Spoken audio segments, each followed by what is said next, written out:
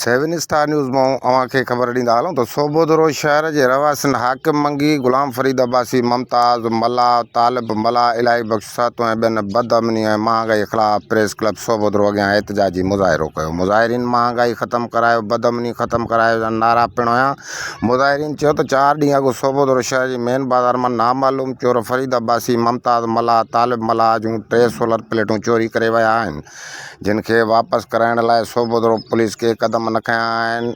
हिक तरफ़ ग़रीबनि जो महांगाई जण जंजाल कयो आहे, ॿिए तरफ़ चोरीअ जूं वारदातूं थी रहियूं आहिनि।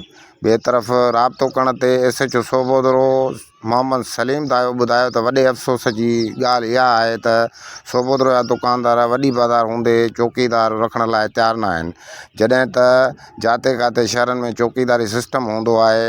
पुलिस सॼी राति गश्त कंदी आहे। असांजी कोशिशि जारी आहे, इंशाअल्लाह चोरी थियल सोलर प्लेटूं वापसि कराईंदुसि। मुतासिरनि चिता ॾिनो त चोरी वापसि न थी त सख़्तु मुझे अमीन general store Ghulam Farid Abbasi store मथां जेको आहे प्लेटूं 3 चोरी थी वियूं हुयूं, जंहिंजो जेको आहे NC सां हथ जे सदर तालका सोबोदरो में जेको आहे कटायूं। उन बावजूद बि असांखे कोई बि पुलिस खाते न ॾिनो।